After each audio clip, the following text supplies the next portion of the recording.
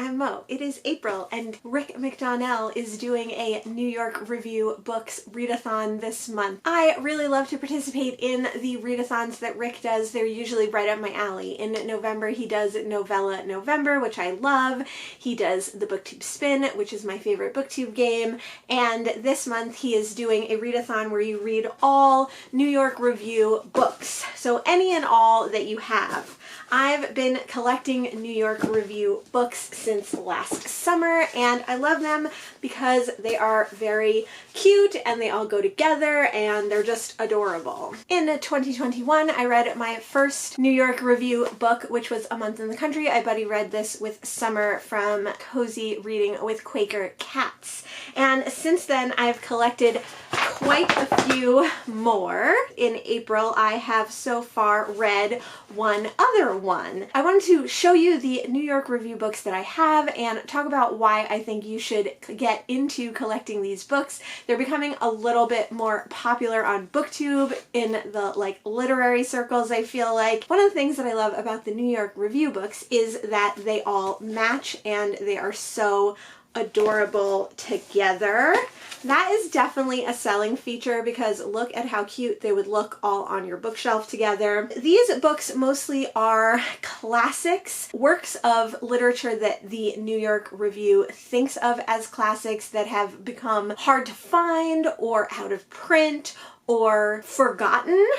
So I love that they are reviving works, some of them much older, some of them only slightly older, that people might have forgotten about. One of the great things that the New York Review books do is they always have a little bio of the author, and New York Review books are known for getting really interesting people to introduce these classic works. So they also have a bio of the person who does the introduction. I like books that have a bio as the first thing because you can always check that if you're checking out the book to see if you want to read it and get a little insight into the author's life. Some of the books also have a translator, and sometimes that translator will have a little bio in the beginning as well. I wish more of them had that. I wish all of the ones that had a translator had the translator's bio, because a lot of the translators are ones that have worked on many books. I also really like New York Review books because they tend to pick books that are translated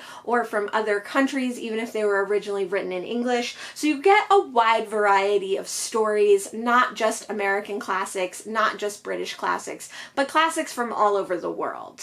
Then, of course, there is the fact that people who introduce these books and do introductions for them are really well-known authors a lot of times, and a lot of times they're in the field or in the genre or in the country which the book was written. Some of these I know, and many of them I don't. The Tenants of Moonbloom Hall is written by Edward Lewis Walland, but it has an introduction by Dave Eggers. So who does the introduction kind of gives you an inside look at what that book is going to be like and how the writing style might be a little bit. But here's my confession. I don't ever read the introductions. I'm not really an introduction person, and unless it's a work that you absolutely need to read the introduction for, or it's a work of literature that has an ambiguity to it, I tend not to read the introductions. I do see myself keeping all these New York Review books and later rereading them.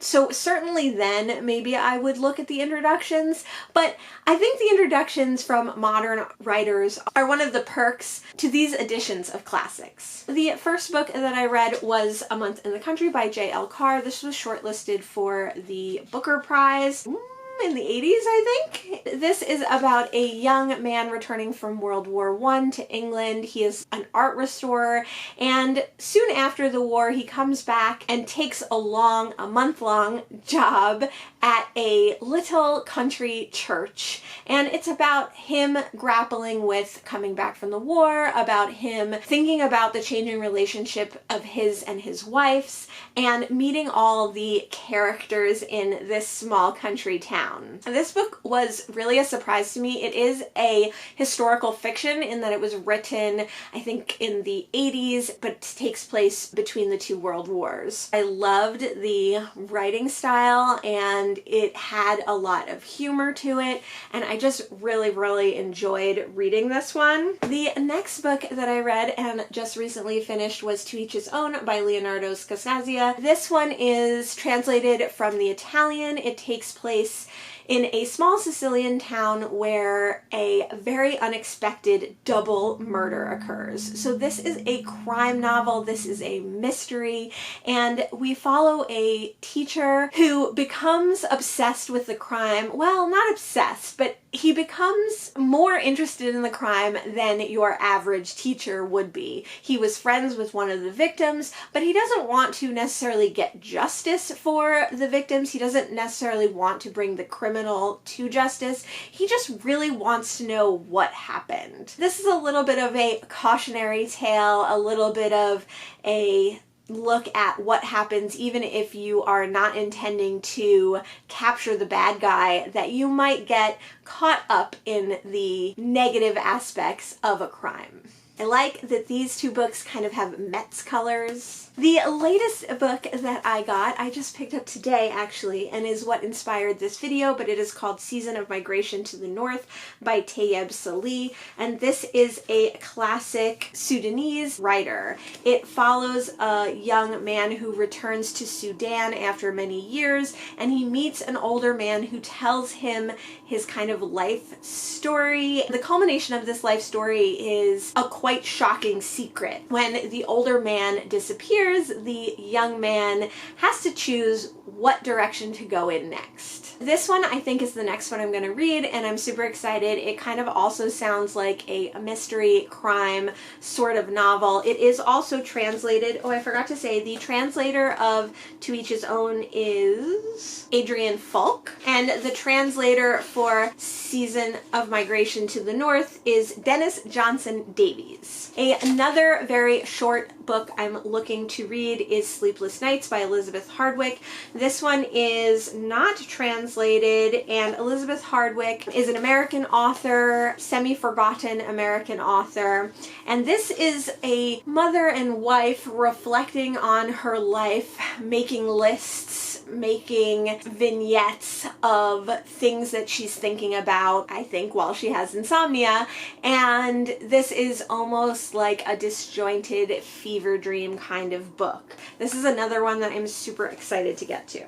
Lucky Jim by Kingsley Ames is another non-translated work. Kingsley James is a British author. He's supposed to be in the vein of P.G. Wodehouse and Evelyn Waugh, kind of an author who looks at aristocratic Britain but from a satirical and comical lens. Lucky Jim, I believe, follows a knowledgeable but maybe not well-regarded college professor at one of the big English schools, and it is a satirical look at college life, university life. I don't know, this one wasn't the one that I wanted to grab next, but now that I thought about it a little more, maybe I do want to read this one pretty soon. I love the cover of this one. It is Autobiography of a Corpse by Sigismund Hanovsky. This one is translated from the Russian by Joanne Turnbull and Nikolai Formozov. This is actually a collection of short stories, and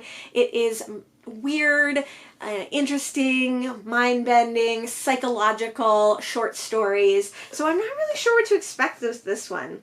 I didn't at first realize that it was short stories, so that might be a fun one to read, like in between reading all the other books. The last fiction that I have of New York Review Books is The Tenants of Moonbloom by Edward Lewis Wallant, and this one was also not translated. Wallant was an American writer, and this is about kind of a downtrodden loser type character who goes around his apartment building and meets all the different people in his apartment and kind of the different personalities there that are there and the different people that he comes into contact with and how his lackluster personality mixes with all these different weird characters. One reason that I really like the New York Review books is that they do a lot of nonfiction. So classic nonfiction that might have been forgotten or translated nonfiction that might otherwise not make it to the US. I have two nonfictions, and those are the last two New York Review books that I have. Peking Story, The Last Days of Old China by David King is a nonfiction book and tells the tale of David Kidd, who married into an aristocratic Chinese family in Peking, and how he navigated falling in love with a Chinese woman, family differences. It was also during the last days of old China, so it was the political movements that were changing and Mao coming into power, and so it looks at the political ramifications but also his family life at the time. The book that I'm most excited to read, and I hopefully will be getting to soon, is An African in Greenland by Tete Michael Pomasi, and this one is translated from the French by James Kirkup, and this is the story of a young African man who learns about Greenland and dreams of going there and makes it there. Again, another nonfiction. It has some photos, which I've never seen for a New York Review book, and it's just his story of traveling to Greenland, to experiencing a different culture, to experiencing a different landscape, and this one just seems so incredibly interesting to me. These are the 9 New York Review books that I currently own, but I'm always keeping my eyes out for more. I've read 2 of them, and I can't wait to read some more for this readathon in April. Do you have any New York Review books on your TBR, and are you participating in the readathon today? Let me know in the comments below, and I'll catch you in the next one. Thanks so much. Bye!